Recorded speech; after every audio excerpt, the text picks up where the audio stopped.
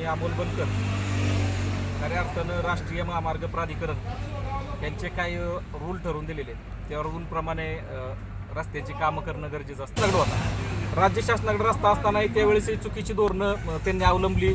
शेतकऱ्यांना कुठं विश्वासात न घेता त्यांनी सरदोपट रस्त्याचं काम चालू केलं. हीच भूमिका पुढं कशी अवलंबायची हे केंद्रीय महामार्ग प्राधिकरणाने बघितले. केंद्रीय महामार्ग प्राधिकरणाने खरं तर शेतकऱ्यांना मोबदला दिला, त्याच्याबद्दल आमचं दुमत नाही.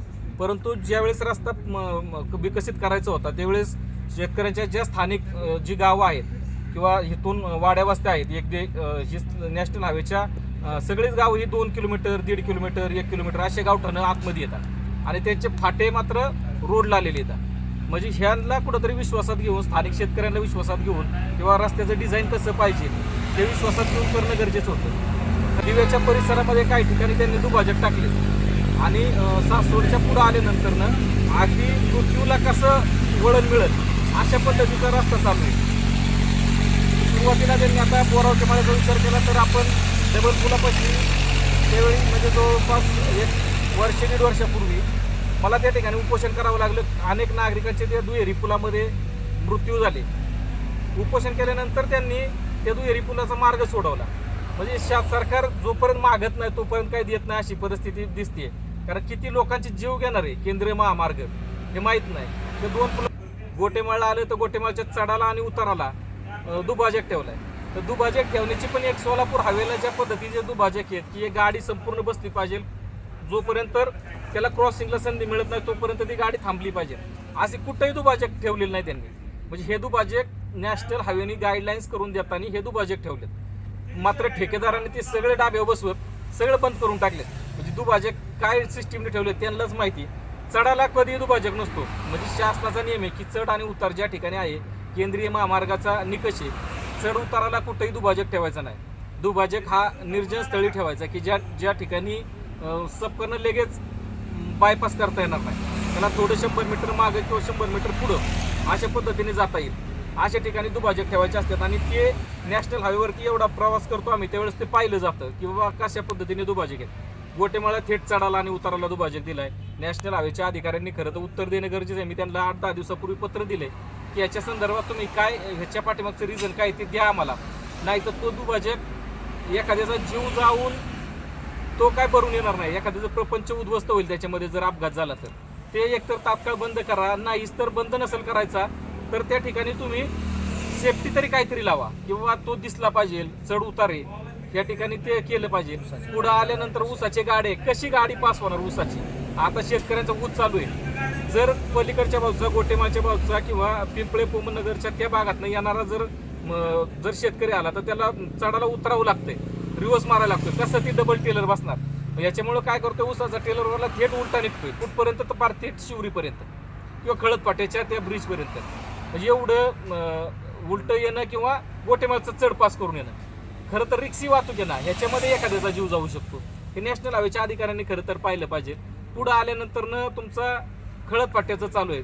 खरं तर शाळांचा निकष आहे. खळदपाटा असेल, माझी महात्मा फुले विद्यालय शिवरीचं असेल, शाळेच्या ठिकाणी केंद्रीय समितीने त्याच्यामध्ये आणि केंद्रीय शासनाचा नियम आहे, केंद्रीय महामार्गाचा नियम आहे की ज्या ठिकाणी शाळा आहेत त्या ठिकाणी तुम्ही कंपल्सरी उड्डाण पूल द्यायचा आहे किंवा त्या ठिकाणी दुभाजक द्यायचा आहे किंवा दुभाजक तर नाहीच अंडरपास द्यायचा आहे. दुभाजक तर ठेवायचंच नाही शाळेच्या ठिकाणी. अंडरपास द्या किंवा उड्डाण पूल द्या.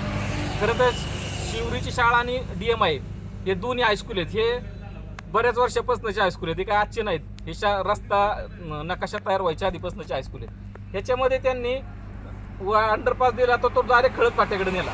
तो शाळेची शेजारी देणं गरजेचं होतं. आता तिकडून जर खळदपाट्याकडून जर जेजुरी साईडने माणूस आला तर थेट खळदपाट्याकडे घुसतोय. तिकडून येणारा माणूसच दिसत नाही. कुठला सासवडकडून येणारा माणूस जो आहे किंवा उलट्या बाजूने येणारा माणूस आहे तो दिसतच नाही. डायरेक्ट खळदला गावात जाणारा माणूस तिथं अपघात होण्याची शक्यता. डायरेक्ट थेट फाट्याला अपघात म्हणजे अंडरपास दिल्यामुळं तो थोडाफार 100 मीटर अलीकडे पलीकडे जर केला असता तर थोडंसं क्रॉसिंगला संधी मिळाली असती. शिवरीच्या शाळेलाही तेच केलं. शिवरीच्या शाळेला तर अंडरपास ठेवलाच नाही. आमची पहिली मागणी आहे की शिवरीच्या शाळेला तुम्ही अंडरपास दिला पाहिजे. भले तू 100 मीटर अलीकडे 100 मीटर पलीकडे कुठेही द्या. म्हणजे निळूंज फाटा आणि वाळूंज फाटा आणि शिवरीची शाळा ह्याच्यामध्ये सुवर्णमध्ये कुठेतरी काढून तुम्हाला ज्या ठिकाणी योग्य वाटेल त्या ठिकाणी तुम्ही अंडरपास दिला पाहिजे. अंडरपास झाला तर निळूज ग्रामस्थांचा प्रश्न सुटतोय, शिवरी ग्रामस्थांचाही प्रश्न सुटेल, वाळूंज ग्रामस्थांचाही प्रश्न सुटेल. म्हणजे तुम्ही जर अंडरपास एक केला किंवा त्याला अजून एक उड्डाणपुलाला जोडून उड्डाणपूल केला तर हे दोन्हीपैकी काहीतरी केलं पाहिजे. निळूज फाट्याला तुम्ही आता दुभाजक कामचा आहे, तो जो दुभाजक आहे तो तुम्ही आता 2 दिवसामध्ये बंद करणार आहे अशी माझ्याकडे प्राथमिक माहिती आहे. कारण 2 दिवसामध्ये तो जर बंद केला तर माझ्या निळूंच्या शेतकऱ्याला उलट एकतर शिवरीला जावं लागणार, कारण तो आता त्यांनी सर्व्हिस रोड 2 दिवसापूर्वी पत्र दिले नंतर चालू केलाय. शिवरीला सासवड साईडला जायला त्याची अडचण येणार नाही, पण जेजुरी साईडवर नाही येताना माझ्या शेतकऱ्याला एक तर आईसाहेब हॉटेलला तुम्ही दुभाजक दिला, आईसाहेबापासून निळूज फाट्यापर्यंत उलट यावं लागणार आहे. नाही तर शिवरीला 2 किलोमीटर पुढे जायचं आणि 2 किलोमीटर परत रिटर्न यायचं, म्हणजे 4 किलोमीटर. खरं तर माझा एक खळदचाही प्रश्न तसाच प्रलंबित राहिलेला आहे. गेल्या अनेक वर्षापासून नॅशनल हायवेने हा रस्ता बांधलाय. रस्ता बांधत असताना अनेक शाळांच्या संदर्भातलं मी सांगितलं. तशीच माझी रासकरमाळ्यामधली एक शाळा आहे, सरपंच आहे तिथं खळदचे, त्यांनाही माहिती आहे खळदच्या सरपंचांना. त्यांची रासकरमाळ्याची शाळा आहे, जिल्हा परिषदेची शाळा आहे, जिल्हा परिषदे 1ली ते 4थीचे विद्यार्थी, अंगणवाडीपासून विद्यार्थी आहेत. त्याला कुठेही वॉल कंपाऊंड नाही, तिथं कुठलंही डिवायडर नाही, कुठलंही सेफ्टी नाही. शाळेचा विद्यार्थी थेट रस्त्यावर येतोय. त्यांनी कधी राष्ट्रीय महामार्गाच्या अधिकाऱ्यांनी किंवा ठेकेदारांनी कधी पाणी केली आहे का? त्यात काही तिथली पाणी केली नाही. थेट रस्त्यावर येणारा विद्यार्थी, त्याचा जर अपघात झाला तर याला जबाबदार कोण, हाही मोठा प्रश्न आहे. त्या शाळेच्या संदर्भातला काहीतरी भूसंपादनाचाही मोठा प्रश्न आहे.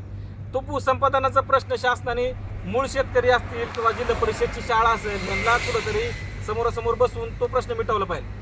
खरं तर रासकरमाळ्याच्या शाळेला केंद्रीय समितीनेच भेट दिली पाहिजे आणि सांगितलं पाहिजे की इथं काय केलं पाहिजे. रासकरमाळी शाळा एवढी जवळ आहे की भिंतीला आता तुमचा रस्ता लागलाय आणि थेट विद्यार्थी आता शाळेचा थेट ह्याच्यावरती रस्त्यावरती येणार आहे. त्याच्यामध्ये जर एखादा अपघात झाला तर राष्ट्रीय महामार्ग प्राधिकरणाच्या अधिकाऱ्यांवर व ठेकेदारावर गुन्हा दाखल करण्याची मागणी मी आजच करतोय. म्हणजे दोन्ही अधिकाऱ्यांना जर एखादा अपघात झाला तर भविष्यात यांच्यावरती गुन्हा दाखल करण्याची आज मला परवानगी या ठिकाणी द्यावी अशी मी आता पत्र देणार आहे नॅशनल हायवेला. आणि जे पोलीस स्टेशन आहे तिकडे सासवडचं पोलीस स्टेशन आहे, त्या सासवड पोलीस स्टेशनला मी आज पत्र देणार की जर अपघात झाला तर याची जबाबदारी ही राष्ट्रीय महामार्ग प्राधिकरणाने संबंधित ठेकेदाराची असेल. तर त्यांनी सेफ्टी करायला पाहिजे ना तिथं काहीतरी. खळदच्या शाळेला, त्या रासकरमाळ्यातल्या शाळेला 4थीचे विद्यार्थी आहेत, त्यांना काय कळणार आहे? अंगणवाडीचे विद्यार्थी आहेत, त्यांना काय कळणार आहे? पालक उशिरा येतात शाळामध्ये, काही सोडायला उशीर होतो काही वेळेस पालकांना, विद्यार्थ्यांना तिथं जाण्याची सोय नाही.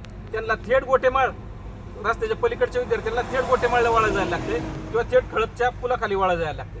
त्याच्यामुळे याच्यामध्ये शासनाने मार्ग काढला पाहिजे, ही भूमिका आमची आहे. धन्यवाद. मी वासुदेव बाळासो लिंबोरे, शिवरी अंबाईमाता देवस्थानचा उपाध्यक्ष.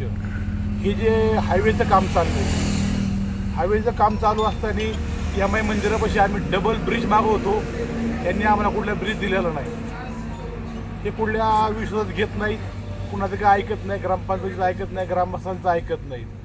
दुसरा विषय असा, शाळेपाशी महात्मा ज्योतिराव फुले शाळा आहे, तिथं अंडरपास पाहिजे, त्याचा बी अजून काही विषय झालेला नाही. तिथं युटर्न होता, तो सुद्धा बंद केला वाळूज फाट्यावर. पत्राभाऊ समोर करा सगळे, म्हणजे रोडची कुठं क्वालिटी नाही, सगळी नागमोडी वळणं आहेत रोडला, खालीवर खालीवर खालीवर. त्यासाठी आमचे मित्र बनकर शेठ यांनी उपोषण केलं आहे.